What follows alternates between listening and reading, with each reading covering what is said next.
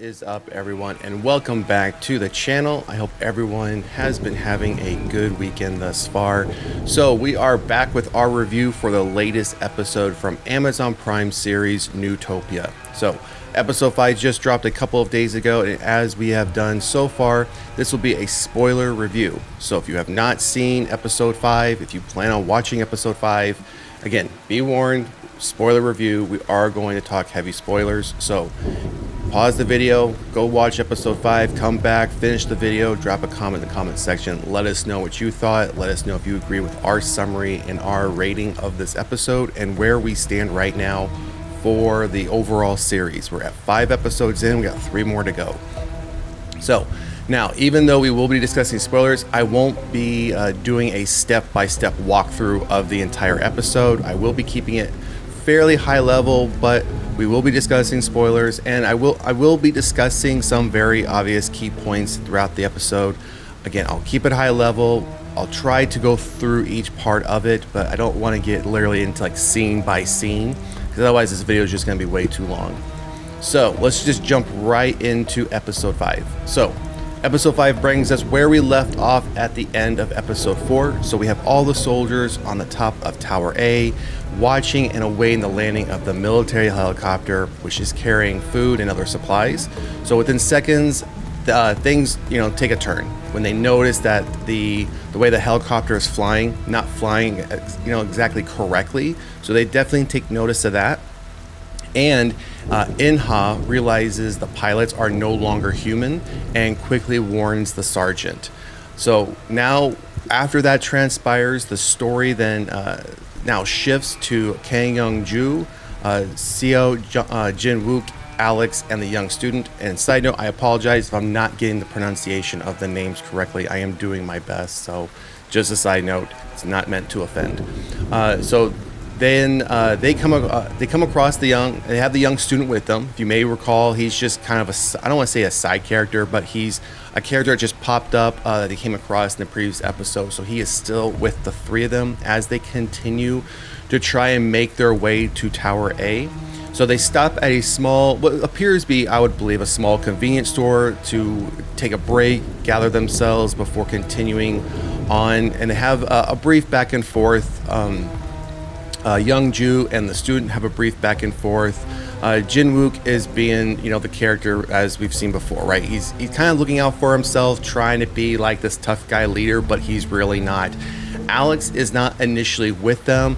Alex is out there. He was lagging behind a bit, fighting off zombies. He eventually makes his way to the convenience store and gets inside, even though Jin-wook, kind of hesitates a bit, still lets him in either way. So again, they have a brief conversation, and while they're doing that, Young-ju and the student are sitting there, and obviously they're looking out these like glass, they're glass walls in this convenience store, as you can see directly outside. And you're seeing various zombies come around. You see a baseball team come up, and they're fighting off zombies. A garbage truck comes through and plows through a bunch of them. So they're watching this all transpire as they're having their brief conversation. So, and side note, this episode's gonna happen. This episode layout is very much similar to what we've seen thus far. We're doing a lot of jumping back and forth between what's happening with the military group on the top of Tower A, and then what's happening with this group that are trying to get to Tower A.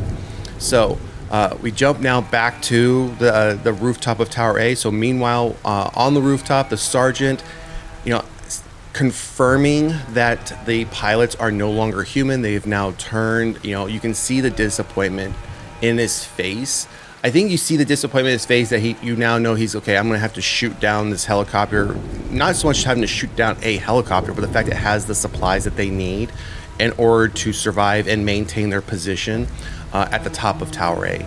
So he orders everyone to fire and destroy the helicopter. They manage to shoot the helicopter down. Once he reports that matter, or that, the whole situation back to his superiors, he's immediately reprimanded for taking his superiors are calling such drastic measures and taking such an action.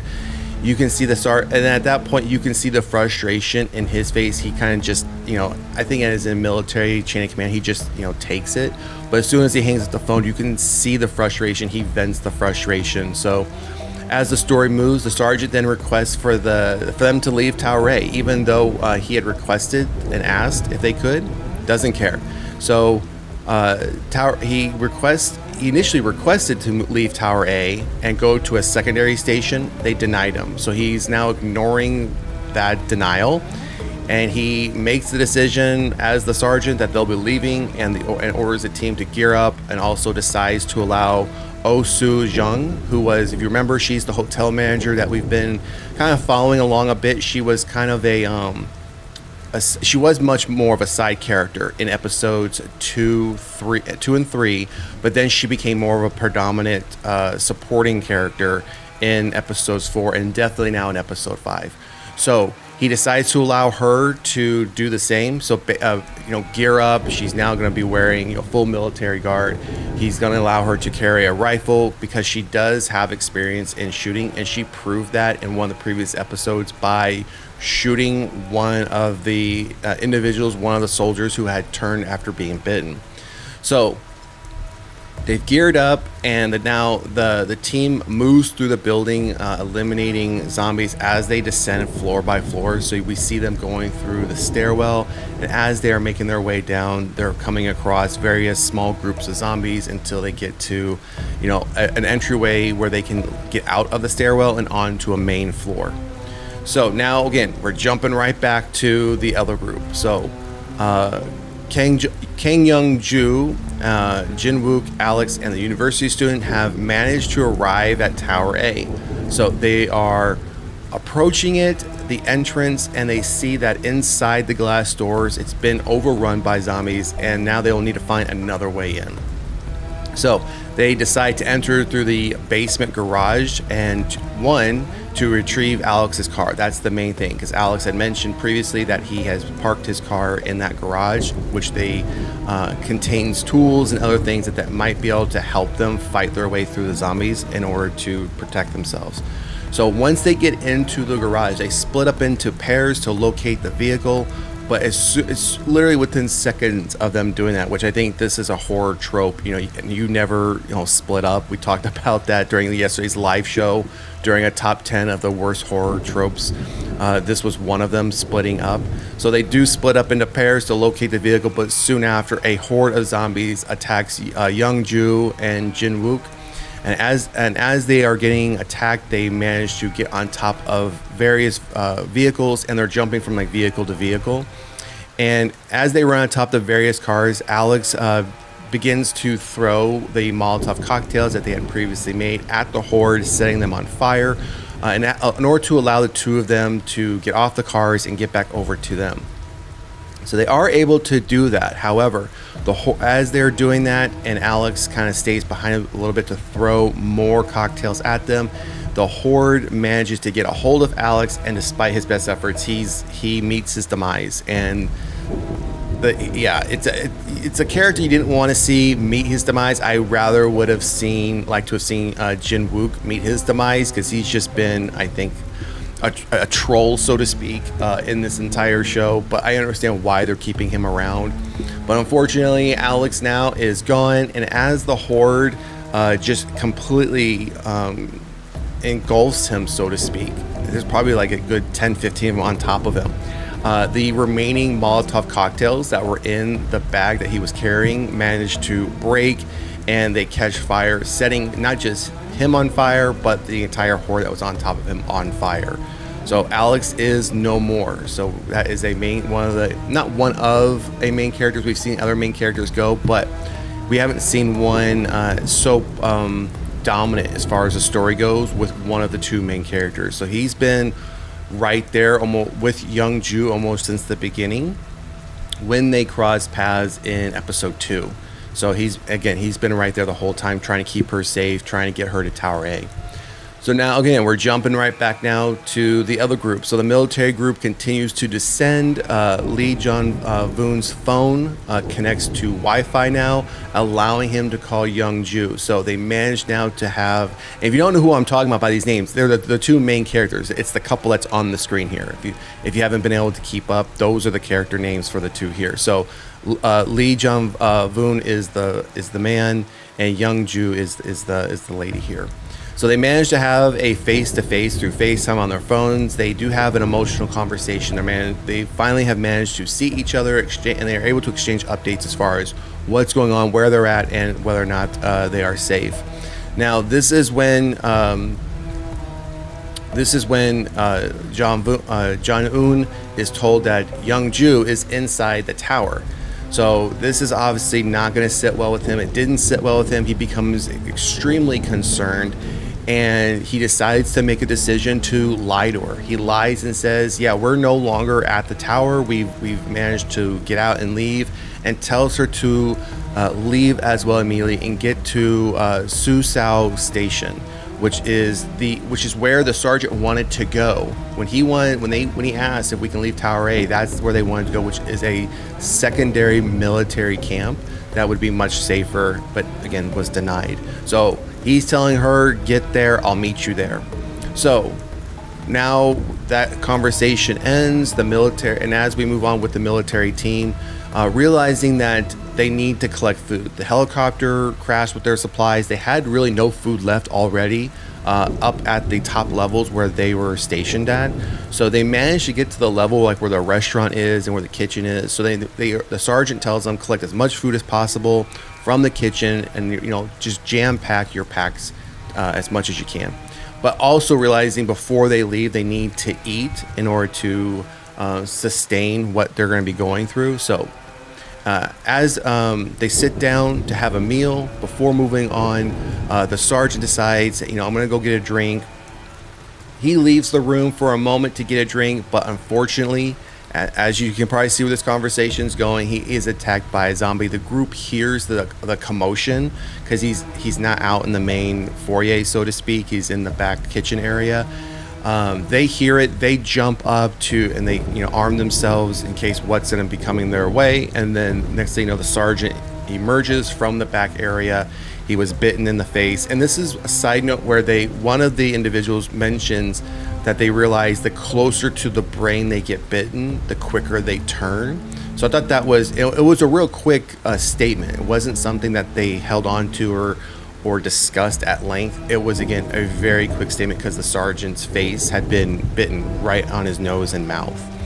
So I thought this was a nice little send-off, so to speak. So as the sergeant starts to walk towards the group, they zoom in and then you see that he has tears running down his face, and it was almost as if he hadn't fully transformed all the way, and he knew what was coming, and it was almost as if he knew what his soldiers were going to have to do to him. So he immediately starts running towards them, and then Kim Young-min shoots him, and now unfortunately the sergeant has met his demise. So this episode, we saw two of the main, I would say pretty main characters that were pretty involved in what was going on, get taken out. So we make our last transition over to the other group back in the basement. The student who, come to find out, doesn't know how to drive, never learned how to drive, failed the driving test, manages to find Alex's car, and through FaceTime, he's being directed by Young-ju and Jin-wook on how to drive. He managed it, and as they're in this little room, sort of this like room with glass walls, it's almost as if this is like a waiting area for when your car is going to be brought over to you by the valet. It's almost, again, it's like a little waiting room in the garage.